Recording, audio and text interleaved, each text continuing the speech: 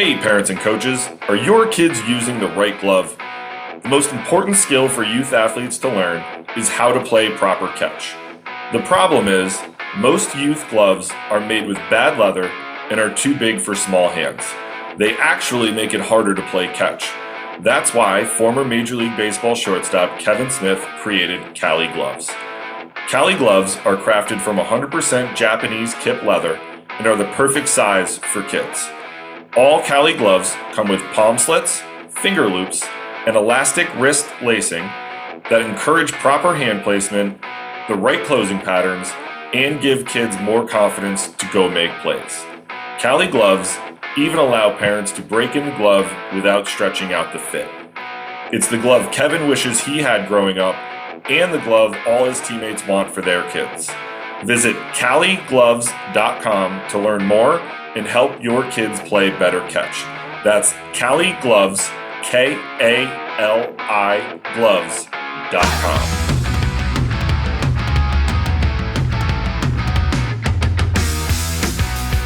Welcome to this week's edition of the Dugout Dish podcast. I'm Andy Kirikides, joined by my wonderful co-host, Keith Glasser. How we doing?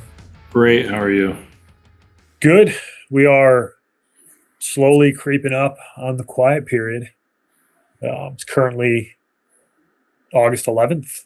Quiet period starts August 18th and runs through September 12th. So let me start by defining the quiet period. So the quiet period happens a couple different times throughout the recruiting calendars. There's two specific ones that everybody should be really aware of. There's the window that we're about to enter, August 18th through September 12th.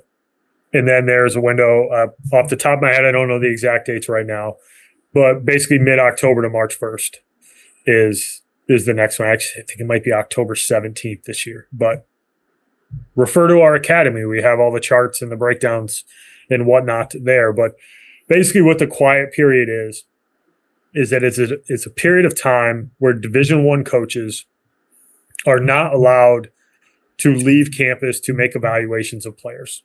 So they can't go to showcases, they can't go to off-campus games.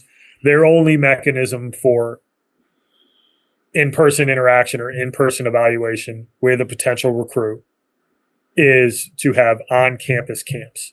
That's the only option from an evaluation perspective. It's important to know because if you are pursuing these Division I schools, that is going to be your only option to get in front of them during this particular window. Now,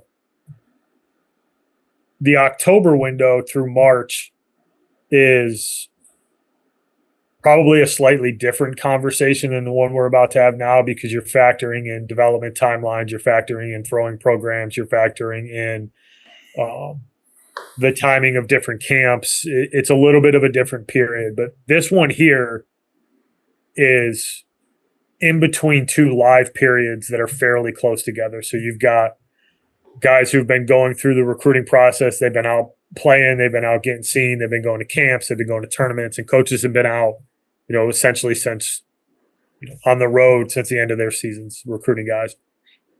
And then you've got these guys going back out in September. So it's a pretty tight window where you have this quiet period. And guys have some options, specifically if you're 2026. I think we want to take a couple minutes to frame that up in terms of what you can do to be seen, some things that you need to be thinking about in preparation for this, things to potentially execute during this window, kind of leading into the fall. So I'm gonna end my statement there and kick it over to you for some thoughts on some of this, the to-do list or some things to consider kind of during this window. And we'll focus on if you're a 26 right now. How's that, Coach? 26s right now. Yeah, I think first and foremost, you have to assess where you're at from a recruitment standpoint. Who is recruiting you, who's not recruiting you, where are you at in that process? And then I think you also want to assess where you're at physically. Do you need to, get stronger? Do you need to get back in the weight room? Do you need a week or so off from throwing to get back into it? What is it that you need to do in order to get yourself back to the best version of yourself for a fall push. There's a lot of, I think the recruiting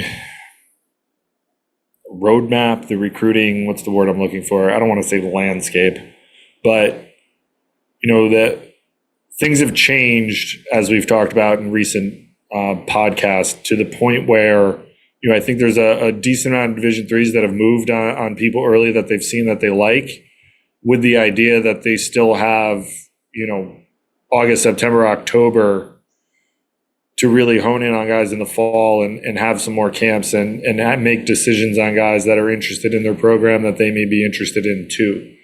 So I know that there's a decent amount of camps at the Division III level that are going to be happening over the course of, the next 2 or 3 weeks. Then school's going to start. They're probably going to go through their fall and have maybe 1 or 2 more camps, depending on timing and what they can or can't do. So, there's plenty of opportunities out there still for 26s. There's a lot of programs that are not done, that are still looking to add guys to their rosters. And looking to make decisions. There's plenty of programs that aren't even making decisions on guys until their fall camp in September, and they're going to go from there.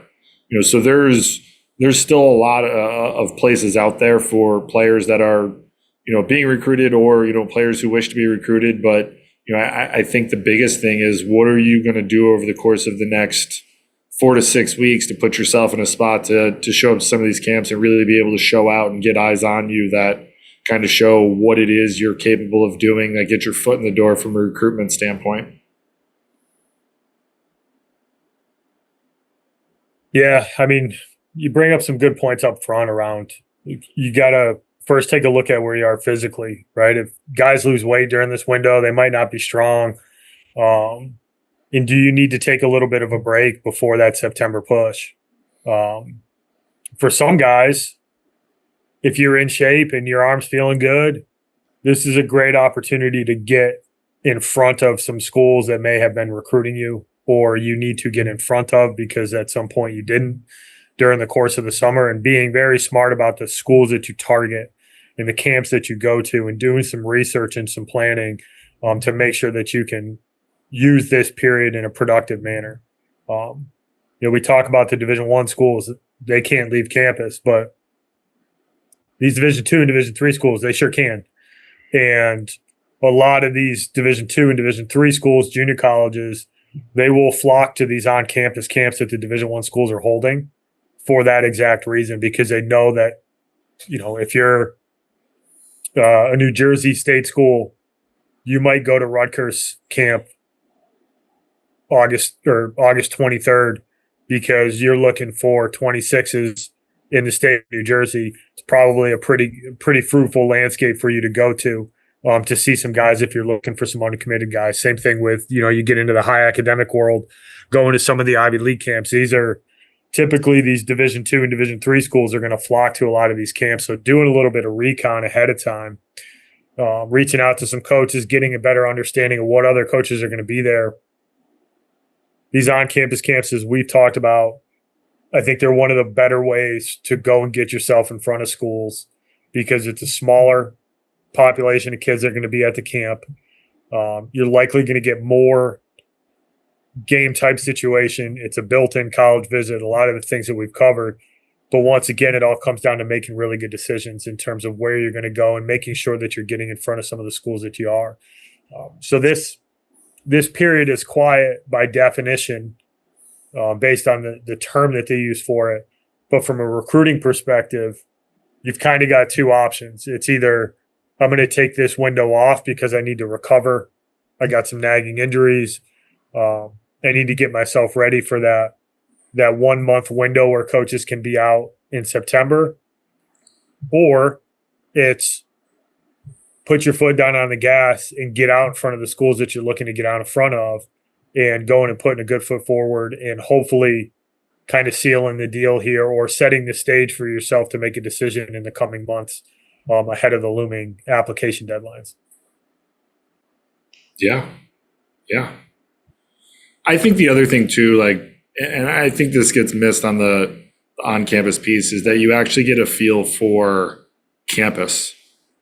Like not just like the campus visit, right? Like we talk about it, but like you're going to actually go to campus when there's students that are there. You're going to get a feel for that buzz and what that campus feels like when you're there. I would encourage you that if you're going to an on-campus camp and doing this, like to get there early, the night before, whatever, maybe stay later in the day after camp and just kind of walk around campus and see what it feels like. Because you can get a really good idea of whether or not that's going to be a place for you, and if that's a place that you see yourself fitting into. I think the other is that you get a feel for the coaching staff and the players, because especially in the fall, the players are likely going to be working camp. So get them out there and, ask questions, see if they're guys that you might be able to fit in with. That information was saying yes or no is just as important as, disliking them or thinking that you're not going to fit in there is just as important as knowing that, this is a place that I could really see myself at. And you're talking about visiting, which I think is huge, especially if you're at that point in the process right now where you're trying to make some decisions. Like going and seeing these campuses is massive. The summer schedule has died down. These coaches are going to be on campus now. They're not going to be out doing what they do, being on the road 6 out of 7 days a week, like that type of stuff. It's a great time to go and visit schools that you may be interested in. And you're getting closer to that window. Like a lot of these schools, you start getting into the third week of August, to your point, kids are going to be back on campus. And you're going to start to be able to paint a little bit of a better picture of what it's going to look like at a school. You probably haven't started up your high school campaign yet. So you've got this little window of free time potentially where you might have more flexibility to go and see some of these schools. So that's another thing that I think families need to take into consideration during this window is it's a really good opportunity to go get a feel for some of these places, which I think that sticks for the 27s as well, right? If you're a 27 and you've started to hone in on some schools or you just have some interest in some schools. Maybe you're not even getting any phone calls, which most kids aren't at this point. It's a window of time where you can go and maybe go to a targeted camp and build in a couple campus visits, and you can start to compile some information that's going to help you with your school list. It's going to help you with getting a feel for different campuses. It's going to have potentially some interaction with some coaches and start to lay the groundwork for a recruiting plan that you can execute over the next 9 to 12 months, which is when most kids are actually going to be, trying to get recruited in that 27 class. Most of it's going to happen next spring, next summer. But you can start to chip away at that information that you need to gather, which is, can you see yourself on a certain type of campus? That's going to help you with your school list. It's going to help you with targeting different schools and making sure that you're not running around like crazy at the end of this process because you've done a little bit of that pre-work. You've done your studying before you're going to take the test next year. So I think this window can be used a multitude of ways. One, for exposure. Two, to get a feel for some campuses. And then, for 27s as well. If you need to take a little time off because you're a little banged up, maybe you need to put a ball down and maybe the fall season isn't going to be a factor for you, which we can get into in a minute. But you need to make some of these decisions ahead of this period so that it can be as valuable for you as it possibly can be. And sometimes the value in is not doing anything and taking a little bit of time off so that you make sure that you stay healthy and you can put a good foot forward the next time those coaches are going to see you. Yeah, I think the health part of it is huge. And I might get on my soapbox here for a second, but I think that it's incredibly important for younger players to be able to recognize that they might need some time off and give their body a chance to recover. There's at the youth level, there's a lot of baseball being played just from a sheer game number standpoint. Like it's, in my personal opinion, getting to be rather ridiculous with the amount of games that younger kids are playing. And I'm not even talking about high school. I'm talking about your 13, 12, 11, 10, 9, 8 U baseball teams that are out there, grinding and playing a lot of games. But I think that there's at some point you have to take some semblance of a break, not only mentally but also physically, to be able to give your body a chance to recover. We're not built to do this 24/7, 365. And I always find the dichotomy of trying to emulate and do things that happen at the big league level as it trickles down, but no one copies when most of these guys take time off for a substantial period of time to let their bodies recover from what they just went through. Like, they just went through a 162 game season, plus, if you don't make the playoffs, then you have the playoffs.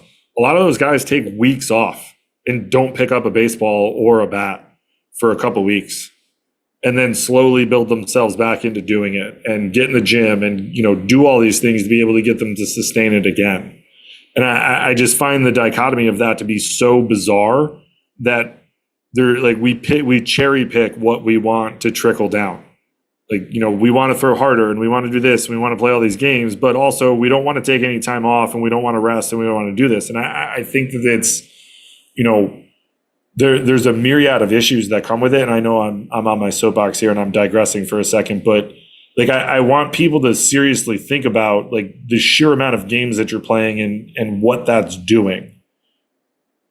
Because, if you have, there's data out there that's supporting that you have a lot of these younger kids that are having arm issues that can't even make it to high school baseball.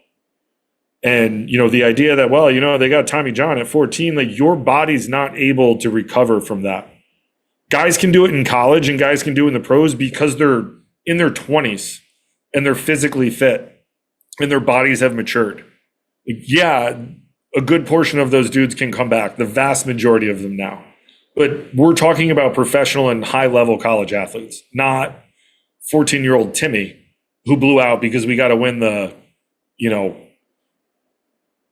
whatever. What's the recent holiday? The Firecracker Classic. The July 4th Fireworks Classic in Myrtle Beach. What are we doing?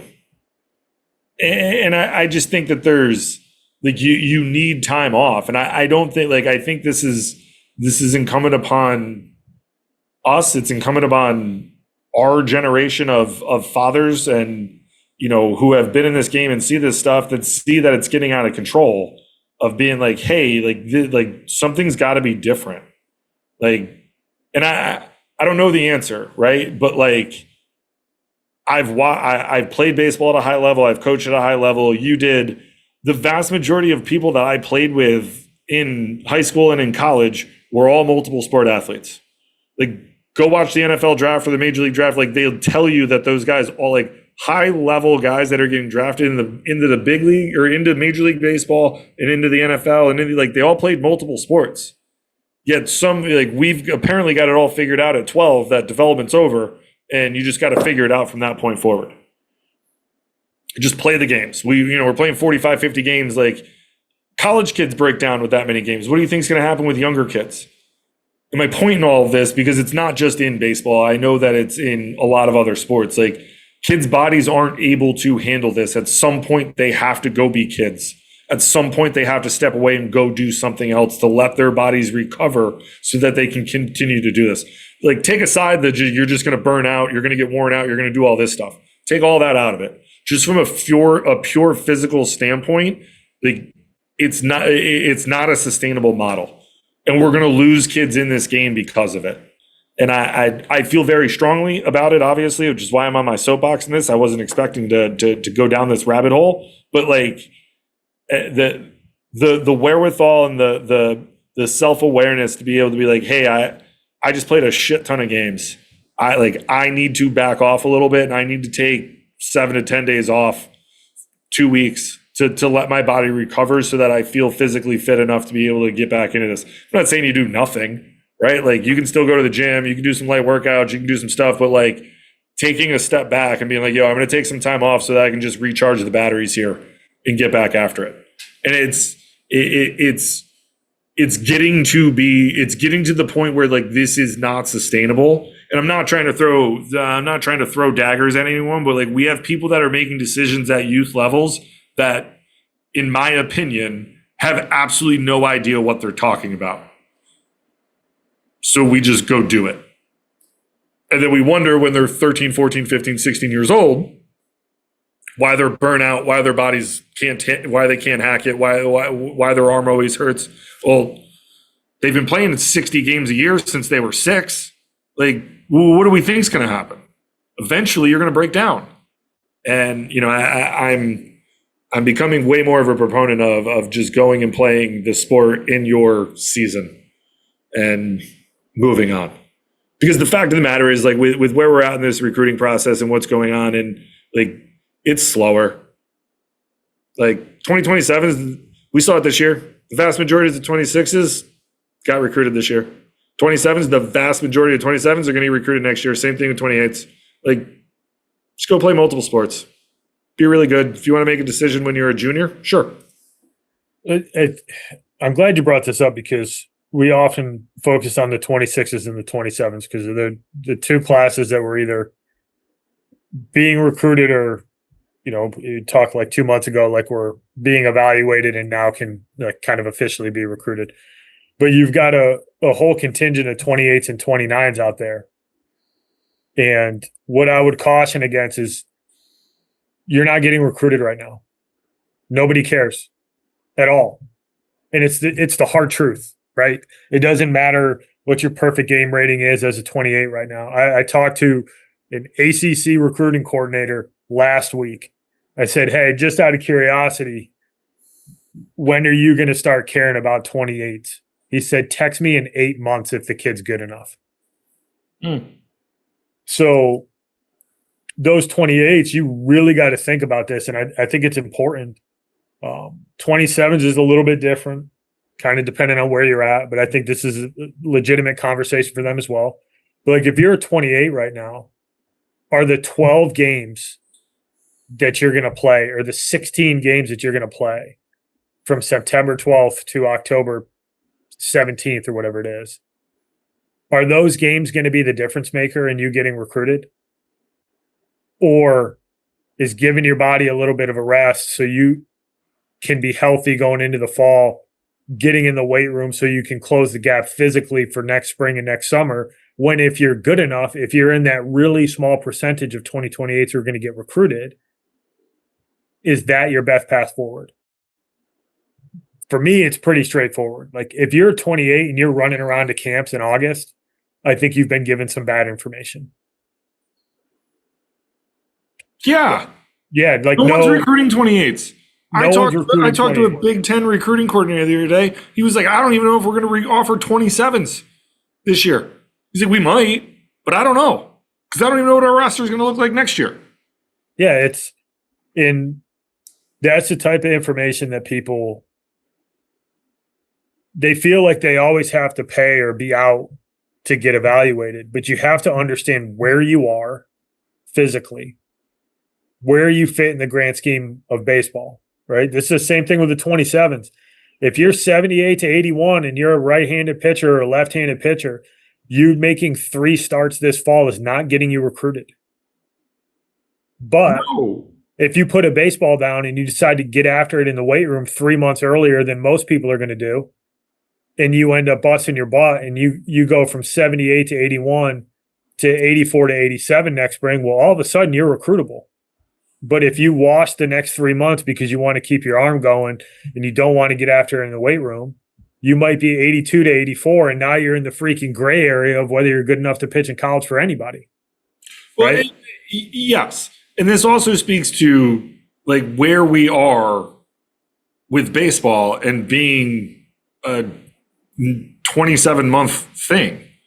Like you have people that are putting pressure on kids to play fall ball that if you understand what's going on right now, like I'm not saying you don't need to, but if you're in between and you're on the fence, like a lot of your deficiencies can probably be cleaned up just by getting more physical over the course of the next 7-8 months and just committing to that. Because the vast majority of, under the new calendar, the vast majority of tournaments that are going to be played are going to be in a 4-week window. Like, to your point, if you're going to go make 3 starts, like how many innings are you throwing? At this point in the year, no one should be going anywhere close to more than 3 or 4 innings. So, like, what you're going to go throw 9 innings? You think that's going to move the needle as a 27? Let's think about this logically. Like, do you really think 9 innings in September and October are going to move the needle for somebody to be like, that's the guy I want? Now, if you were like 97 to 99, sure, that might go ahead and move the needle. But if you're 78 to 81 or 81 to 83, it ain't moving the needle for anyone. Because all the Division 3s are tied up in 26s. All the Division 1s are still tied up with what they're trying to do with 26s and trying to get a jump start on 27s. And they're looking to be like, I don't know, clean arm action. Maybe he'll throw harder. We'll follow in the spring. We'll check him out in the spring. Let us know how you're doing. Like, you ain't going to move the needle. So just go do something that's going to make you better. I'm not advocating for people to not play. But at some point, there becomes a point of diminishing returns. And I feel like we're at that with a lot of summer baseball at the youth level. You know, like I saw something the other day. It was like, changing summer teams is a huge red flag. Like, is it? Is it? Like, you have people in this business that act like, wow, it's a red flag if I see that they change summer teams. Like, do you know what the coaching was like? Do you know what the development was like? Like, maybe they weren't getting developed. Maybe they outgrew them. Like, that's a real thing. Like, as coaches, and I think that this is true. Like, there's a hierarchy in coaching. True or not? Like, there is. Whether you want to believe it or not, I should say. Like, everyone kind of looks down on everyone. But it's just the way that it is. And it's also one of those things, like, and I've said this before, like, this was our chosen career.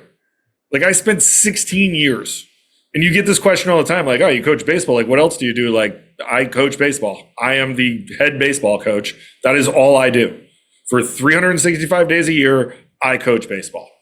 And, my point in saying this is, like, you hear that stuff at, like, the youth levels, like, well, they jump, like, and I don't want any, like, I don't even care if people take offense. Like, you're getting coached by a plumber who has, who's living off of 1992 baseball that he remembers from high school. Like, the game has changed.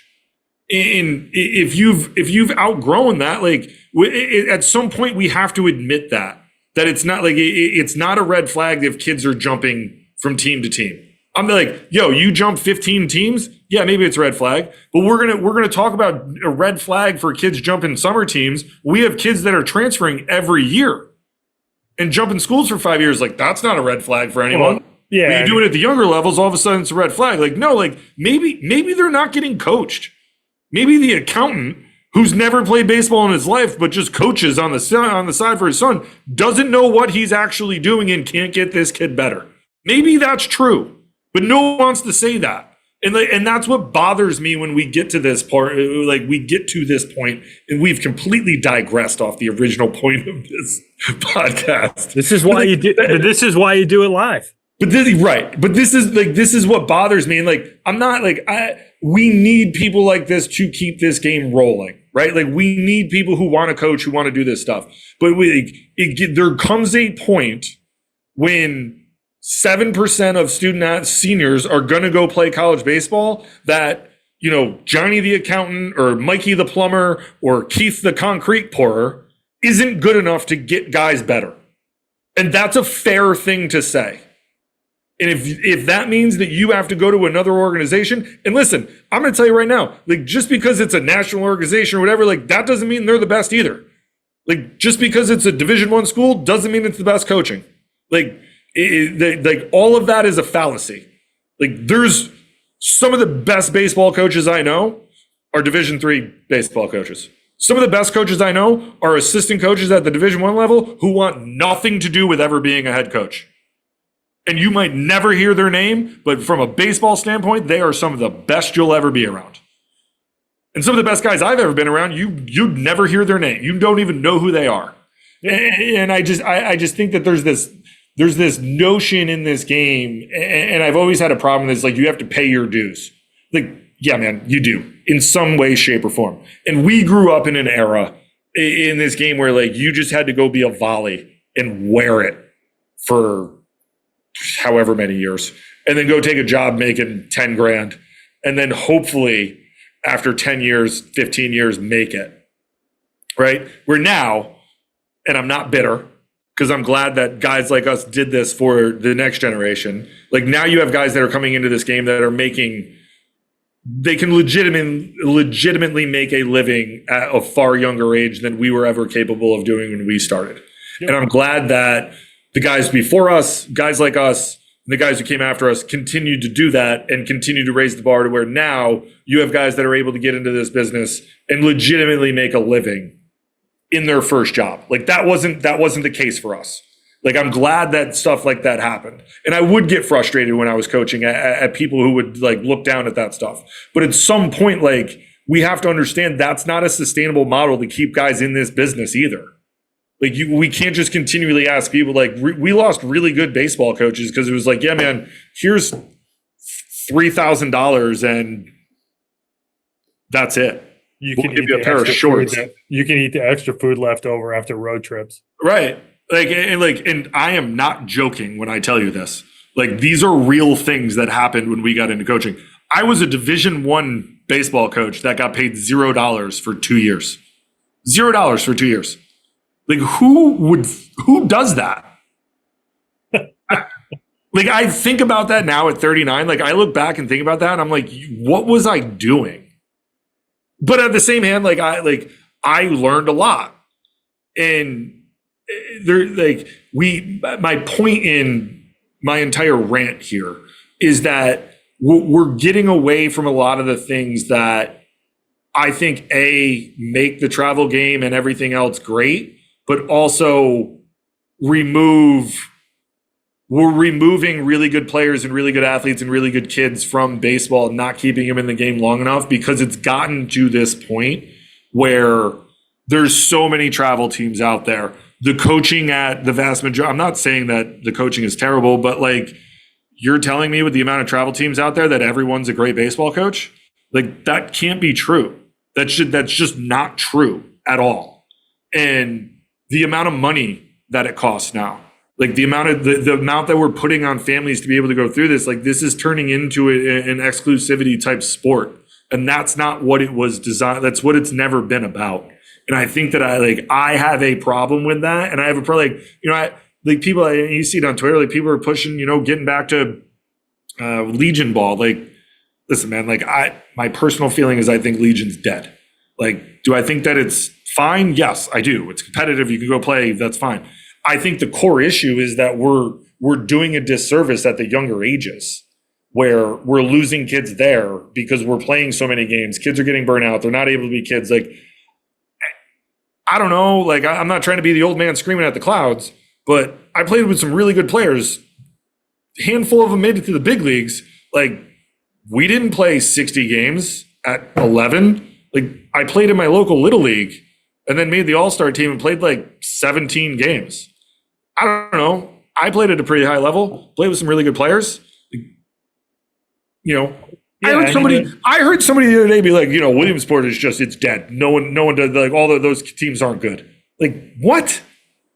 Like, we're like, what are we doing? But there's a lot of little league, like the organization has taken a major hit because of, yes, there's 8U, 9U, 10U, all that kind of stuff. And, different strokes for different folks. But I think when you get back to it, right, and everything you said in the rant, it's super valid. Like, there's a lot of things to think about when it comes to travel baseball and all this right now. I think when you get into it about decisions that you make right now,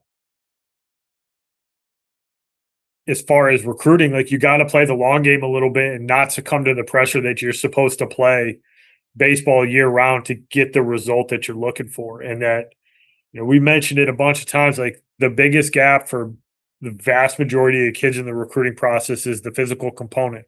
And you can build your body up in these windows and not have to play necessarily. Like those 29s and 28s that we're talking about, they're going to get a lot of pressure that they need to go down to Florida and play in the Jupiter and blah, blah, blah. And like, you don't have to do that because nothing from a recruiting perspective, nothing matters for you right now. These guys are, if you're one of those guys who's really, really good, you need to be really good next July, not really good this September. Otherwise, you're just a guy who's just going to get a bunch of camp invites and, but like nothing's going to come of it.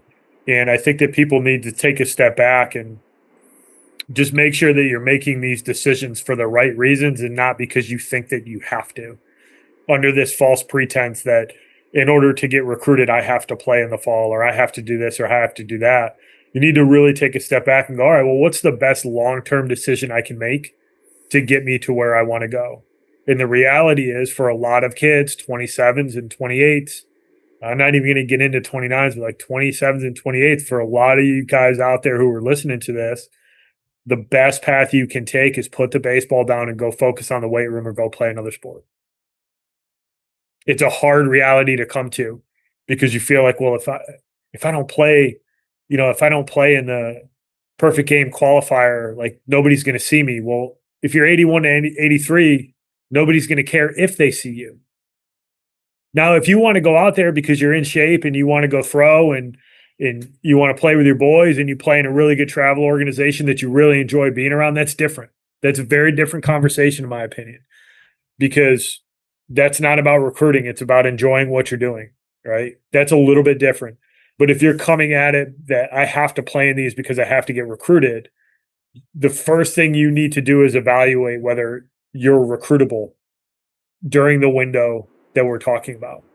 And the reality is for 28s, it doesn't matter. There's no argument that can be posed to me that I don't have a legitimate rebuttal for as to why being a 28, getting recruited this fall is a non-factor, right? When the guys who make decisions at the highest level of college baseball, who recruit earlier than anybody else, these are the guys who are on the phone August 1st offering kids. When they tell you, call me in 8 months, and this is the message across the board, that's all you need to know. So if you want to go play because you really enjoy it and you have the means to do it, and it's not a stressor on your family and it's not a stressor on your body, go ahead. But if you really want to play the long game and you really want to put yourself in a situation to give yourself the best chance to be recruited, I advise all 27s and 28s to really think about what this quiet period looks like and what your fall season look like. Well, yeah, like there's no, I don't like, I feel like I'm screaming from the mountaintops. Like no one's recruiting 28s. No one's recruiting 29s. It's not happening. Like and I think people are slow to pick this up. Like with all these rule changes and what's going on and the influence of the transfer portal is more so on the speed of the recruiting than it is on taking away spots from other players. Does that make sense? There's more. The transfer portal has more of an influence on the speed of what's going on recruiting wise than it does, when you hear, oh, this is terrible, it takes away spots from high school players. Like, no, in some regards, maybe, but it's influencing the speed of all of this a lot more than what people want to either A, realize or B, admit. Like when the transfer window doesn't close until late June? Right? Like after the World Series? Yeah, I forget the exact date, but like it's basically turned into. But you have schools that are losing players for their upcoming roster in June. Yeah. Like it's you have July, like you're starting school in 7 weeks and you just lost 5 players. Okay. Like and then like we want to complain that they're like and then we wonder why some fringe guys aren't getting recruited right away. Or, we're worried about 27s. Like, they don't even know what their 25 class still looks like. Like, do you think they actually care about the 27s? Like, let's let's be real. Like, I just lost 5 players in the transfer portal in the last 2 days with 2 days to close. Like, I need to find guys for now, not 2028 that are 2027 grads. I need guys who can play in 2026, not 26 grads, guys who can play next fall or this fall, next spring. And like, that's influencing a lot of these decisions, which then it's going to take, people a little bit longer to realize this, but like, I mean, I'm not trying to sound like I know everything, because I'm not a very smart man, but like, this is the cause and the effect. Like, the cause is the transfer portal causes this, and the rule changes cause this, which causes everything to slow down, because we've been living on a freight train for the last 15 to 20 years. Like, it ain't happening anymore. So like, we as an industry need to shift what we should be doing. Now, will we? Likely not, because organizations have been printing money off of this stuff for the last 15 to 20 years, and they're going to try to continue to print money. Well, I don't think the system's going to change, but I think what we're trying to get people to think about is that you can change the decisions you make based on the reality of what it is. Like, we're not operating in the pre-COVID where high school freshmen get committed to major schools anymore. So you need to adjust the way that you showcase yourself. You need to adjust the way that you try to develop. You need to adjust how you go about the recruiting process with that in mind, as opposed to this idea that recruiting train is always going, and it's not. Like, it's completely changed. The month of June for the vast majority of Division I coaches has turned into the recruiting of college players. Mm-hmm. And yeah, you can bitch about it all you want. You can bitch about the portal. And usually the people who complain about the portal are the fringe guys that think that it's impacting them when it's really not. Yes, are there spots getting taken away from Division I players because of the roster cuts? Yes, there are. But you can sit there and scream about it and complain about it and how it's impacting you, or you can take a look at what's actually going on, use the information that you're given, right, that we try to hand out to people on this podcast for free, and you can use that to make better decisions, right? Understand the landscape. I mean, here's a great example of how things are slowing down. Major program. They've been in a super regional top 25 year in and year out. In previous years, they would have already had 27s committed, right? Even last year, they had a call list of 50 kids. And I'll tell you who this is after.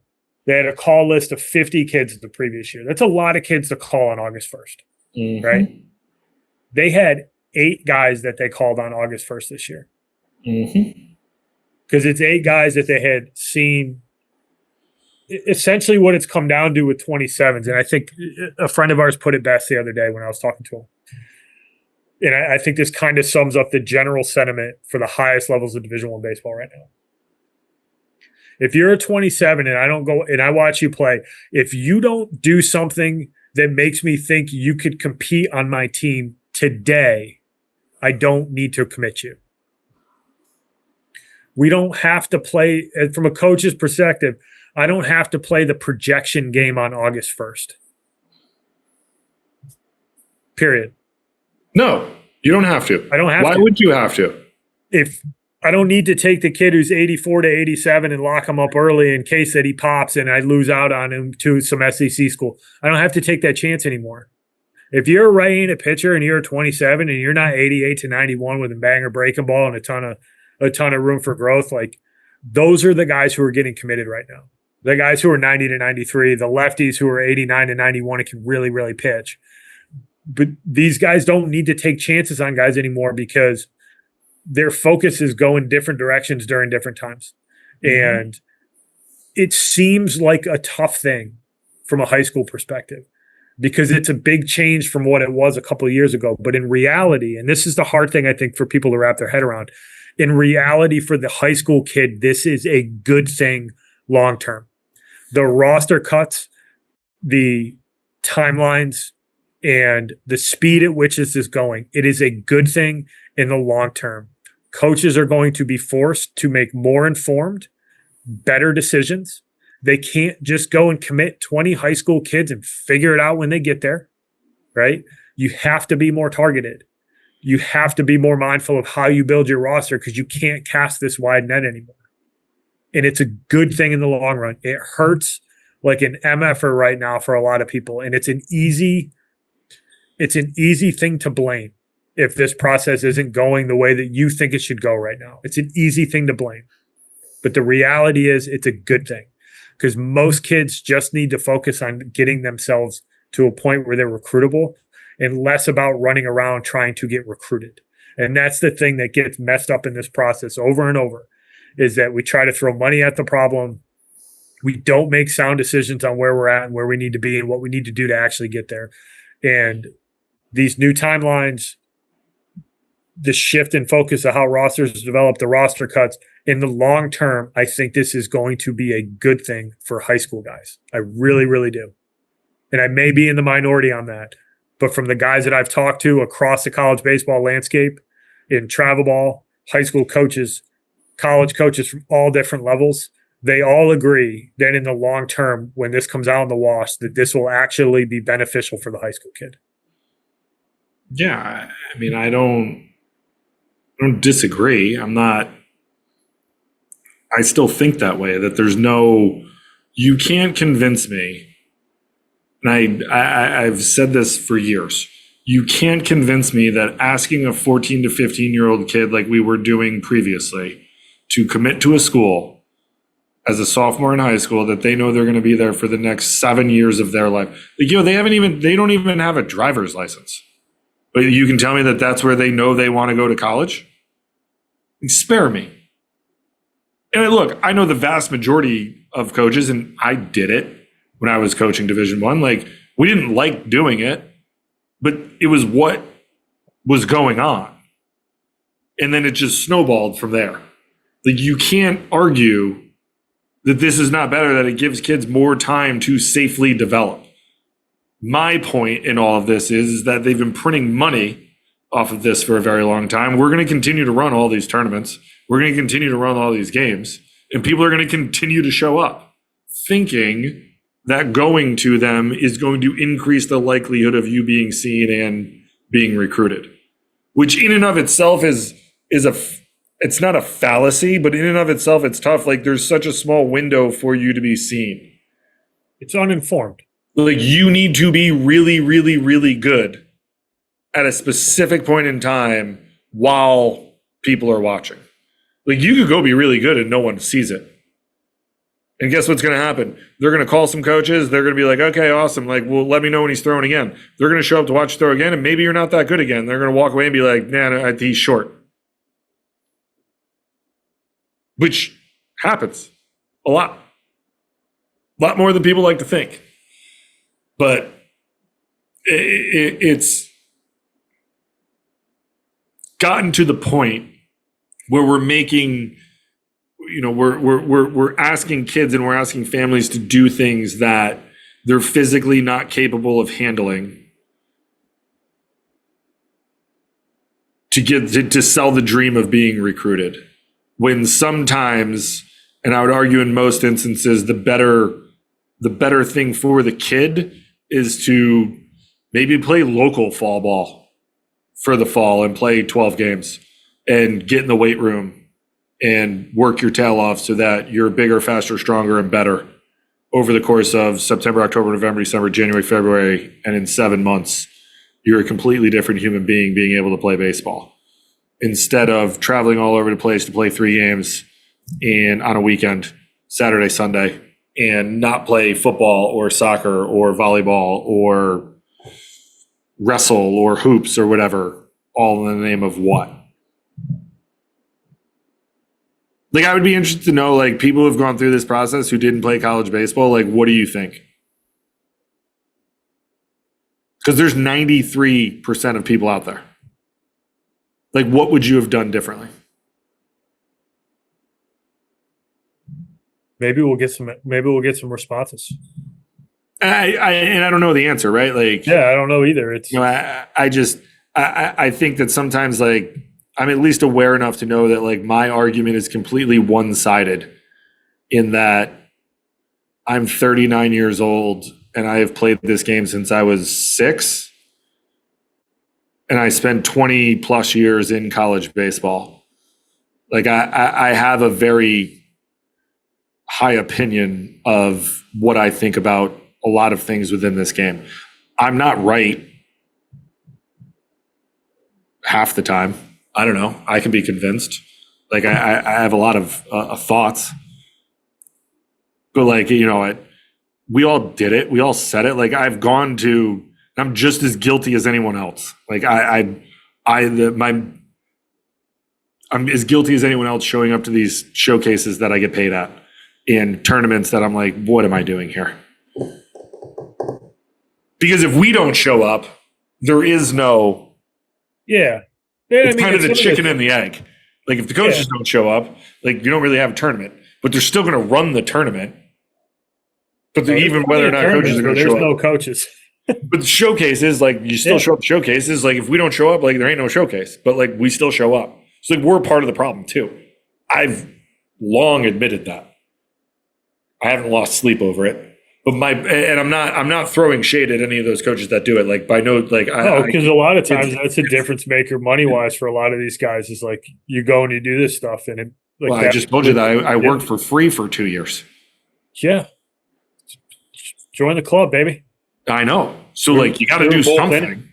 But like and to be completely clear, like when you work those camps and you are getting paid, like it's also, it's not just the monetary benefit from it. Like it is a networking opportunity for you. It is an opportunity for you to be able to be around other coaches who maybe have been doing this longer, who are really good coaches that you can learn from. Like I would be lying to you, like the Bob Barth Hit Doctor camp. I don't even know if they still do it. Like I was 23 years old. Like I was working at camp with like the who's who because of who Coach Rossi knew. I mean, there was Fred Corral, Dean Stotts. I'm going to name drop a bunch of people. John Sheff, Scott Forbes, Scott Jackson, Greg Starbuck, Kevin Schnall. Like there were dudes there that I legitimately, looking back on it, like I was 23, I was dumb. But like I learned a lot, but I had no business being in that room at 23 years old with those guys. Like I didn't. But like I learned a lot and it was awesome. Like it was one of the coolest experiences of my life. I got to learn a lot from a lot of really good coaches. Like my point in being is that like, yes, I will say like we're the problem, but at the same time, like from an industry standpoint, like there are a lot of benefits for coaches to be able to do those things, not just the monetary side of it. Again, I'm digressing off of a lot of the things we were going to originally talk about, but I think that my overall point is that there needs to be a mind shift, whether or not it's going to change or whether, anything's going to happen. I don't know. But like, we're not doing a good enough job in keeping kids in this game and keeping them healthy. I don't want to say safe because I don't think that that's the right word to use in this situation because I don't think anyone is maliciously doing this. I just think that it's become a thing of like more is better, more, when more is not better.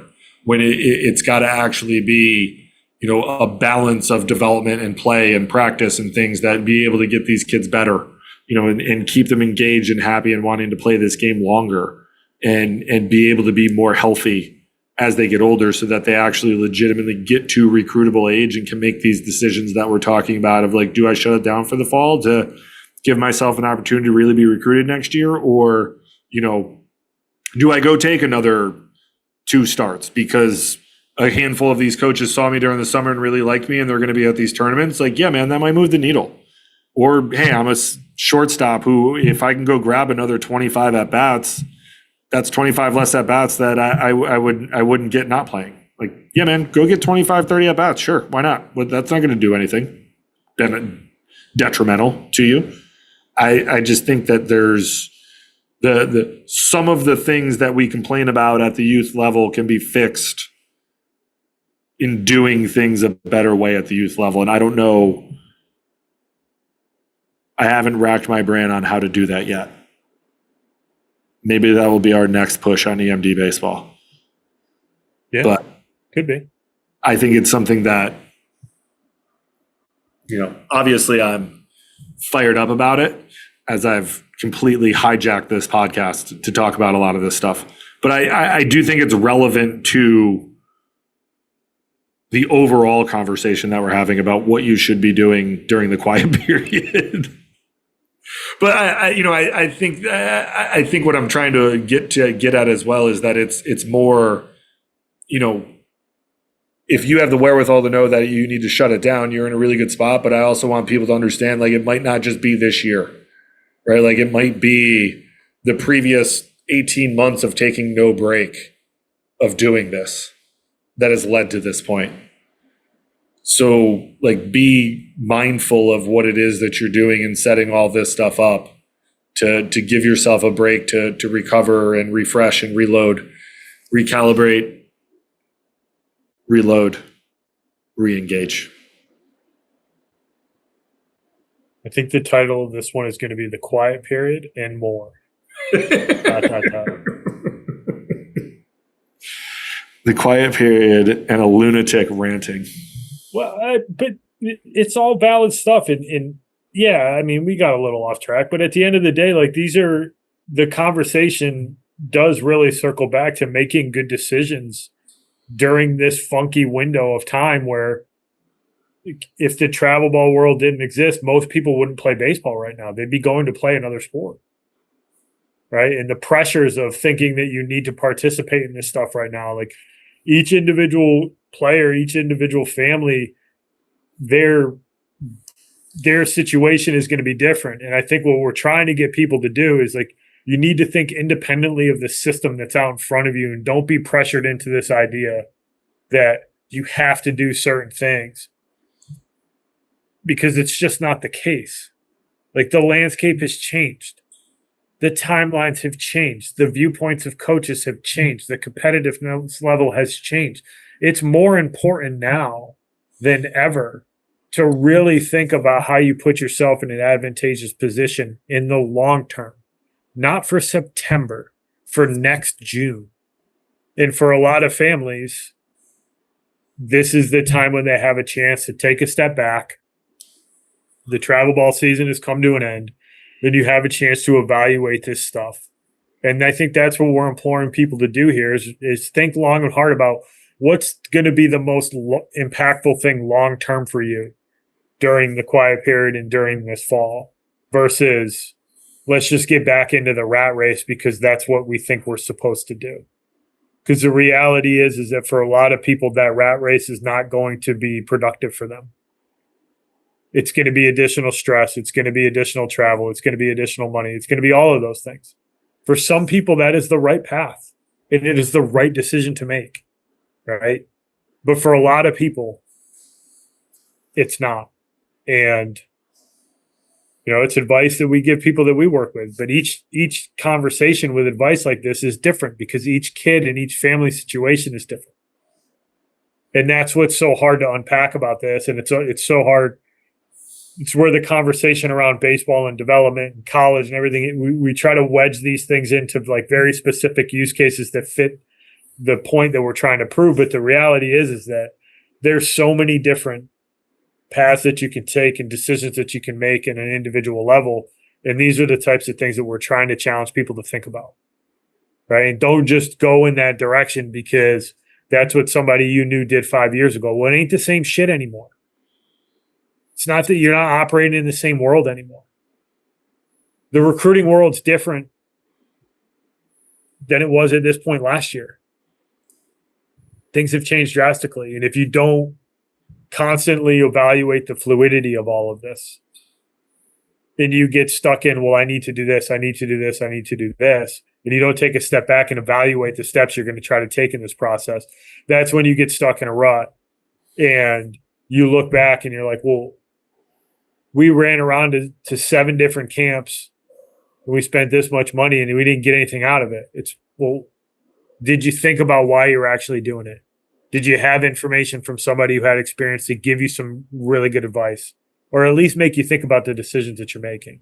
Right. And it's why we do this podcast. It's why that we try to help families the way that we do, is because it's important to us that people have good information, because this stuff, it's easy to think that what we say on this podcast is solely our thoughts and our opinions. And to a certain point they are, but we're also bringing together the conversations that we have with coaches from all different levels of college baseball on a daily basis. We don't just talk specifically about recruiting. We talk about development. We're calling guys on, hey, like I got this guy, like, what would you do if you had him this offseason? Like, what would be your advice? Or getting a lay of the land from a recruiting perspective, trying to better understand what's going on at these different levels. What do the timelines look like? What's the college baseball landscape look like? How are you building rosters? What's your time? Like, we get this information, like it's to a certain point, it's kind of crowdsourced, right? So the people who think that we're just sitting here just spewing off a bunch of information and me and you banter back and forth about, like, yeah, sometimes. But a lot of times, like we're essentially a mouthpiece for a good amount of college coaches, and we're trying to distill down the information that we receive from them. Because a lot of these guys don't have this platform, or they don't want this platform, or some of the conversations they have don't need to be made public. But we can make sense of it and try to simplify it, give you the Cliff Note version of it, and be able to say, hey, like, we're not making this up.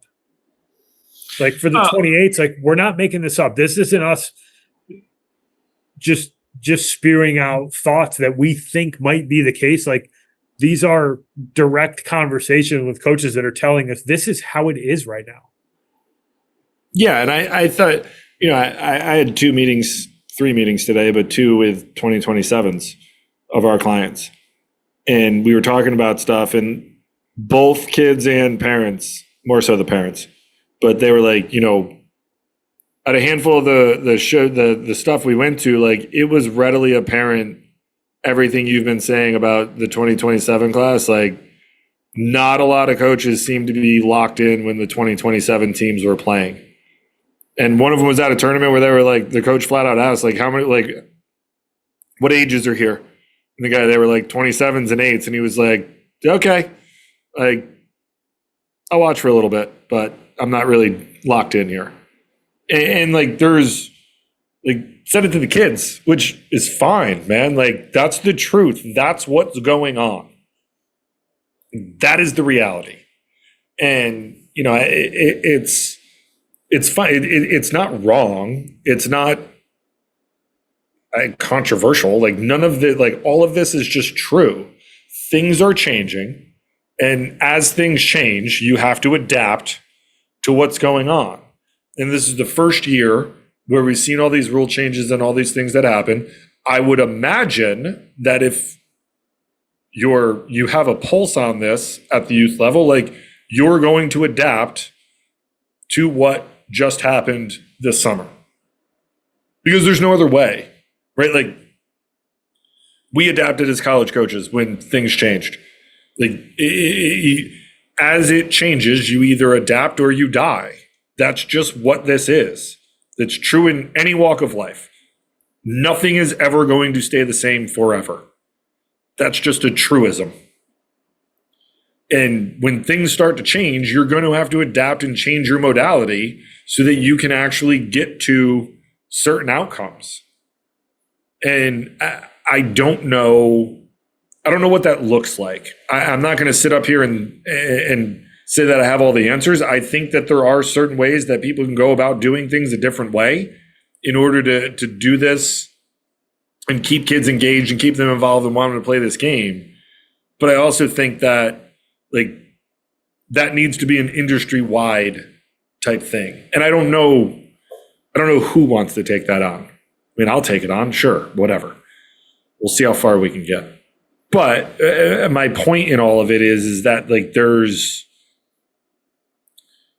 far too many changes that have happened. There's far too many, what's the word I'm looking for here, Andy? There's far too many variables with what has happened over the course of the last 18 months to 2 years to be able to continually do the same thing that we've done for the last 20 years.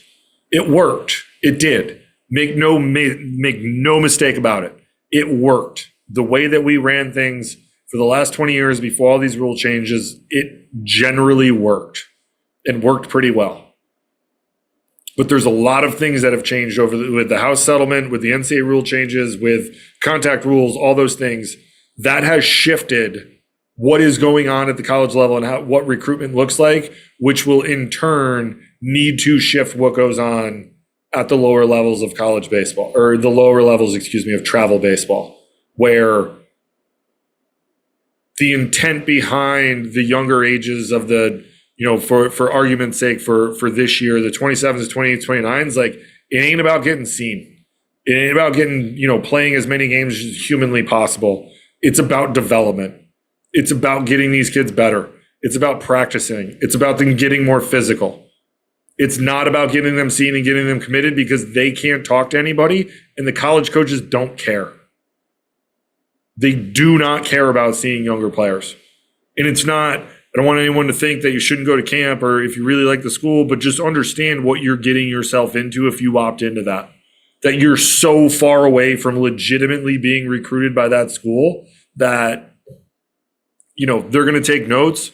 But from a college coach's standpoint, if you're a 2028 and you show up to my camp, I'm going to write down like, yeah, it moves well, whatever. You could also be horrible. And I could go see you in 2 years when it's time for me to recruit you, and you could be a completely different player. 2 years is a long time. Especially when you're 15 years old. A lot happens. It is a long time.